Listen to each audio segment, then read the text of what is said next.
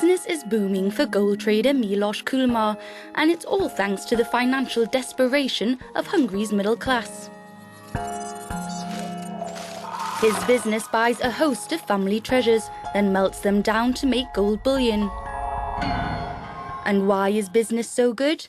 Because the Hungarian middle classes are in big trouble. An astounding 1 in 10 is trapped in a spiral of debt after taking out low-interest private loans in Swiss francs. Now, with the Hungarian forint down and the Swiss franc skyrocketing, many are finding the loans impossible to pay back. People bring us jewels and even gold teeth. Sometimes among the items they sell us we find the odd small gold bar. The huge changes in the foreign currency exchange rate between the Hungarian forint and the Swiss franc has had a real impact on our gold business. Recently, people have been bringing us bigger quantities of gold on a daily basis. They need the money to pay back their loans. They need money urgently because the Swiss franc is so strong. They need the money to keep up with their increasing monthly mortgage payments. A Swiss souvenir for the Hungarians lured by low-interest Swiss franc loans, which they discovered really were too good to be true.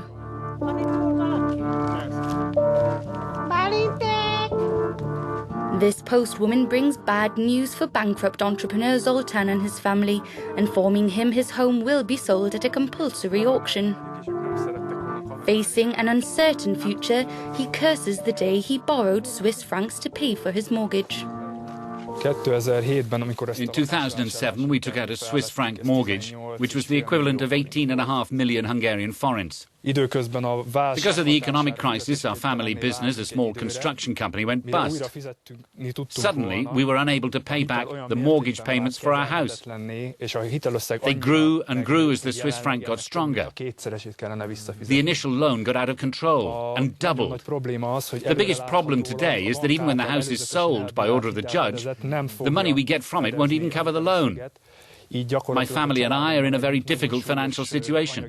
The compulsory sale won't save us. We'll have to go on paying it back for the rest of our lives. The only way out for us is emigration. I'm thinking about going to Canada. Only a miracle could save us now, and many other Hungarians are in exactly the same situation.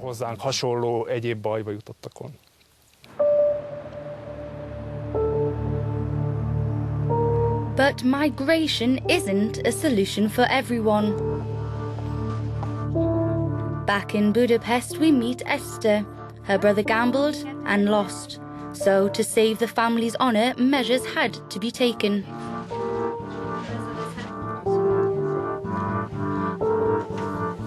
Esther too has been snared by the Swiss franc trap. Now she has to pay back double the amount she borrowed. Not only that, the 40-year-old single mum has been forced to change her lifestyle completely and move back in with her mum. Well, the solution sounds easy. Earn more money, spend less money. Above all, the main thing was to save money on accommodation. I'm quite lucky because I had the opportunity to move back to my mum's apartment. It's not really a problem for me because we have a very good relationship, so it's working out fine. But of course, the best solution would be to win the lottery. And then I could forget all about banks and loans and debts. The Parliament are trying to save Hungary's middle class by freezing the exchange rate for private debtors. Under the new law, people with Swiss franc loans can pay them off at an exchange rate of 180 forints to the franc. That's about a 25% discount on the market rate, meaning banks will take the brunt of low-interest loans gone wrong. Austrian bank Erste is a major player in the Hungarian market and is set to lose €200 million as a result of the new law. Well, basically, they're taking away our money, a lot of money. The problem isn't only exclusive to foreign banks, it'll affect local ones too. The new laws will siphon off 40% of the capital in the Hungarian banking sector. The politicians are playing a game and they've got nothing to lose. They're not the ones who pay for their populist promises. It's all at the expense of the banks. Das geht auch alles zu Kosten der Banker. The law has outraged the European financial establishment, and it's far from clear whether the Hungarian government will be able to make the law stick. So who is responsible for the mess? There are at least 4 groups of people responsible. Those people who took the loans, the banks.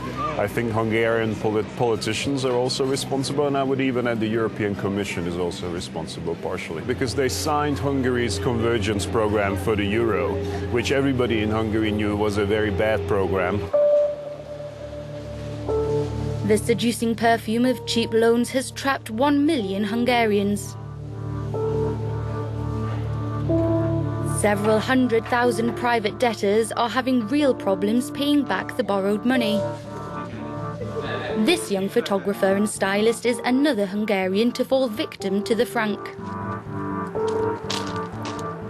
But the new law, with the very generous exchange rate, is no use to him, as it's only for people who are able to pay off their loans in one lump sum.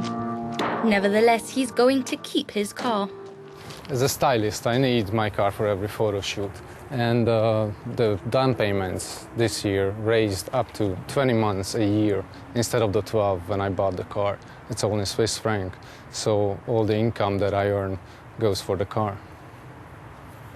Austria has asked the European Commission to intervene, saying that the new law will cost them €6 billion. The key problem here is that Hungary competes in the international economy with very low wages. If Hungary's wages were a little bit higher, then the 20–25% shift in the exchange rate of the Swiss franc would have been manageable for the average household. But given the fact that wages here are very low, it might affect an incredibly large number of families. A 1-hour drive south of the Hungarian capital lies the small town of Orkney. Here we meet Andras, a retired car mechanic who's always dreamt of settling down in the countryside. In 2008, he got a Swiss franc mortgage worth 17 million forints. Today, the mortgage rates have increased to 30 million. That's the equivalent of nearly €100,000. He can no longer cope with the steep monthly repayments. I'm completely serious. When it comes to the compulsory sale, I'll blow up the whole house or burn it down. I don't want someone else to take away all my belongings. I'm not a criminal, I'm not an idiot. What happened here is not my fault. It's the fault of the banks, the Hungarian government and the state. They could have seen the upcoming exchange rate catastrophe, but they didn't intervene at the time.